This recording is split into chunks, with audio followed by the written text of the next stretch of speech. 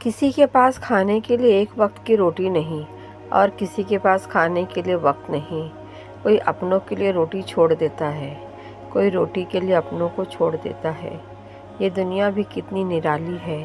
پہلے مسجدیں کچی اور نمازی پکی تھے، اب مسجدیں پکی اور نمازی کچے ہیں۔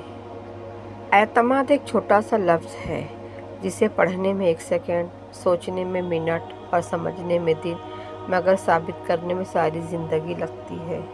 جب تمہاری مخالفت حد سے بڑھنے لگے تو سمجھ لو اللہ تمہیں کوئی مقام دینے والا ہے۔ نیکی میں اتنی طاقت ہے کہ ایک چھوٹی سی نیکی آپ کو اللہ کی رضا اور جنت کا حقدار بنا سکتی ہے۔ حق بات کہنے سے مت ڈرو، کیونکہ نہ کوئی تمہیں موت دے سکتا ہے اور نہ ہی کوئی تمہارا رزق کم کر سکتا ہے۔ دنیا میں تمہارے لیے بدترین سزا یہ ہے کہ اللہ تمہاری زبانوں سے اپنا ذکر روک لے۔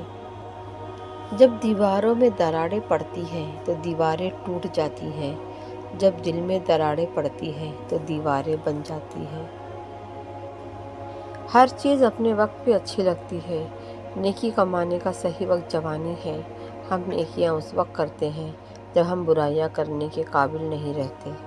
دشمنوں کے درمیان ایسے رہو جیسے ایک زبان 32 دانتوں کے درمیان رہتی ہے، ملتی سب سے ہے، دبتی کسی سے نہیں۔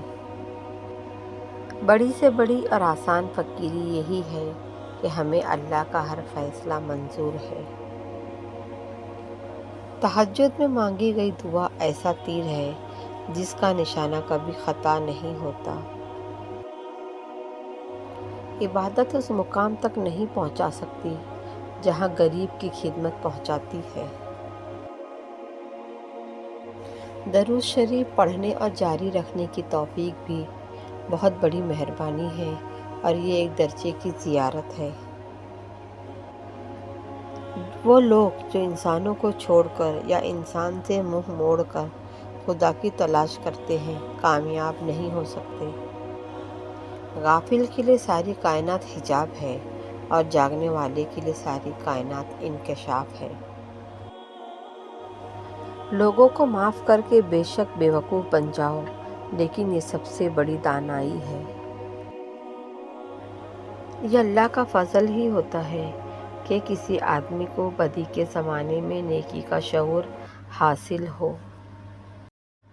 نیکی کے باوجود اگر تکلیف آ رہی ہے تو یہ درجات کی بلندی کے لیے ہے۔